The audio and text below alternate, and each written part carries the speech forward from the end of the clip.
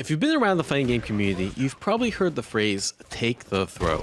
It's a common piece of advice that pretty much applies to any fighting game. In a mix-up situation, it's best to take the least damaging option instead of losing half your health trying to counter the throw or whatever it might be. But this advice can be misguided. You don't want to take the throw 100% of the time because you're basically just giving your opponent free damage. So the question becomes, how often should you tech the throw? How do you guess correctly in any type of situation?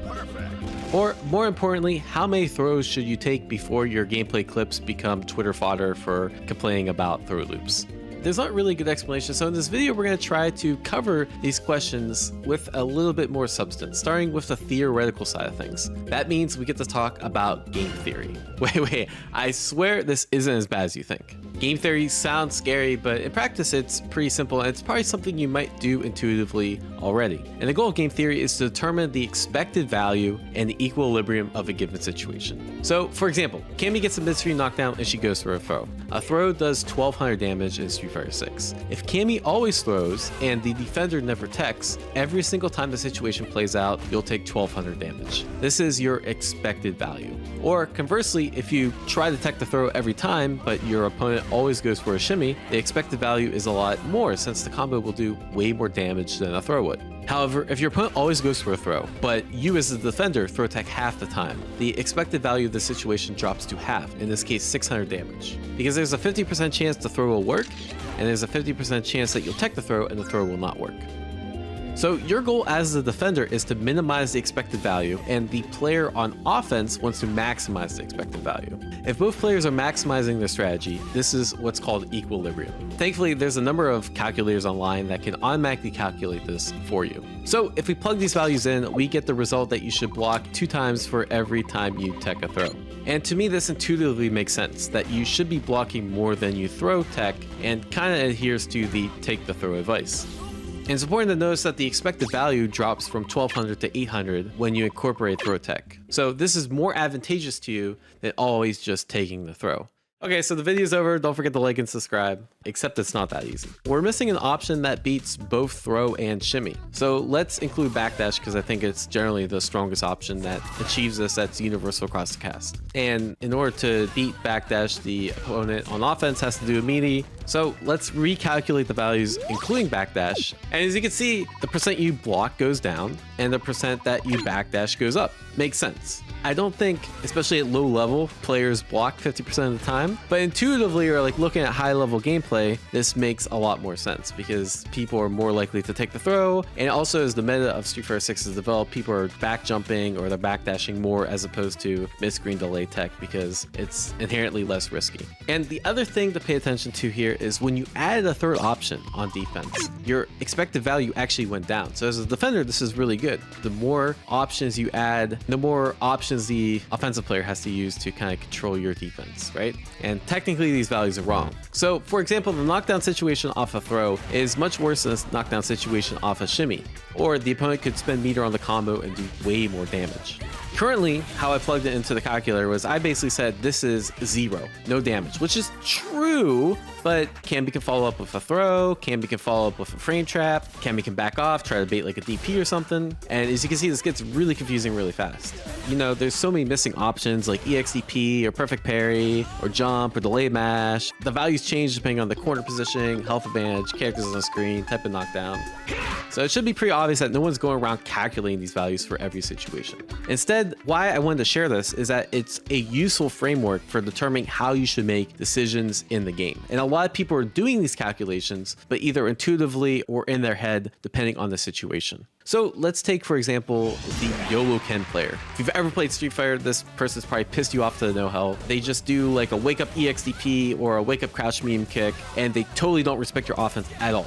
And you might realize there's not a good option to beat both of these on wake up. So are you basically taking a 50-50 on their wake up? Is it better to just disengage? So for example, if we calculate this out, we still have a positive expected value, but it's a lot lower than any of the other defensive strategies we've seen so far. So does that mean that this is optimal? This is where knowledge of the game comes into play. So for example, if you do a shimmy, but you block low at the last second, it'll beat DP and it'll kind of beat crouch medium kick because, you know, they might drive rush, you can guard cancel, and there's this whole interaction, but you're not getting hit. And as you can see, if you're blocking that crouch medium kick, the expected value goes way up. And we're talking like way up to the point where this is almost as good of a strategy as just taking the throw every time. This is actually super suboptimal doing just EXDP and crouch medium kick. So what does this game theory exercise teach us about how do we guess correctly in these rock, paper, scissors situations? There's 3 keys. The first one is the more you know about the game, the better you can make on-the-fly calculations and choose better options. Like the Ken example, like if you didn't realize that block beats both DP and hedges against crouch medium kick, you might think that's a really, really strong strategy. But if you know more about the game, you can realize that there's solutions to deal with that. And this applies to every game and many suboptimal wake-up options. So for example, if you've ever seen beginner gameplay, people are just mashing on DI.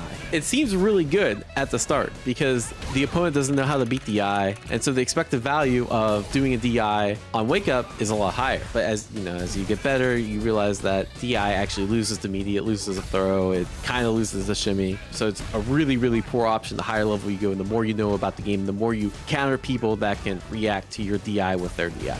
And this applies to everything, right? Like, so for example, in Tekken, fuzzy guard is really important, right? Typically in a lot of situations, you want to block high, then you want to block low because the lows are slower than the highs, or you want to sidestep and then block because if they're going to do a linear attack, you'll avoid it. And then if they do a low attack that tracks, then you'll block. And the more you know about the game, you know when to use these different option selects in different situations. And so it should be obvious that people just don't follow game theory. They have intuitive understanding of how they make decisions, but the more information you have over your opponent, the better you can bridge that gap and make your guesses count more than your opponent's guesses. All right, so the second key is that this assumes humans are completely random, which we know is not true at all, right? So take, for example, Evo Moment 37. If you're new to the fighting game scene, you might be surprised that there's no Evo Moment 36 or Evo Moment 35. It's just a completely random number that whoever made this video picked. And there's this really cool video by Vertasium that talks about why the number 37 is everywhere.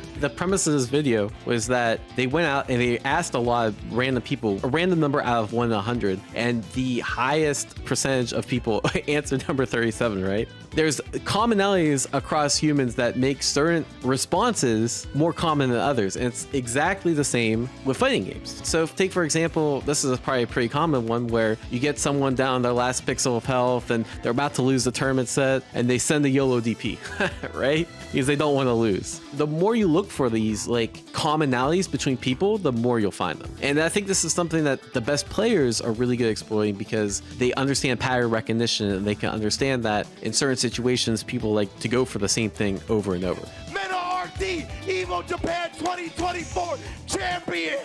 And so, for example, at low level, this might be people like to throw tech in the same situation every time. So you just shimmy every time and you'll win. But the higher level you get, let's say after a knockdown sweep, they'll either throw tech or backdash, which seems really good, but it still has a higher expected value than if they were properly rotating all their options, right? So you can exploit this by not throwing them, either going for a shimmy or a meaty all the time.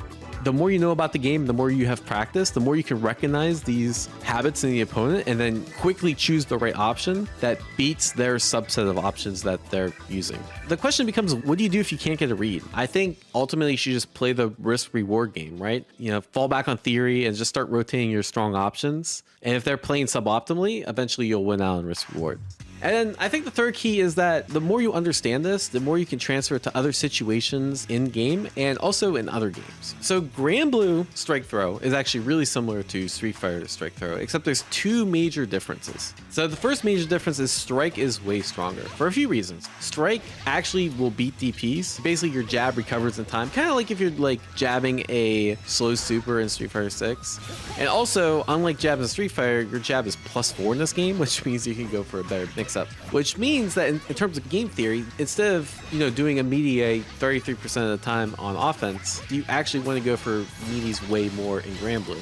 to the point where it's like 70 to 80% meaty because it's just that much better. So the second big difference is that throws are just way riskier. In this game, there's no true meaty throws, which means any type of throw you can always mash out of it. So this means throws become worse and strike becomes better. The other is that you can tech a throw with just a jab. It means this is like a really risk-free way of teching. But intuitively, you should be able to understand is that, okay, I want to do delayed button more, I want to mash more, I want to block more, and I want to throw tech less. And if you plug this into a game theory simulator, you'll likely find something similar.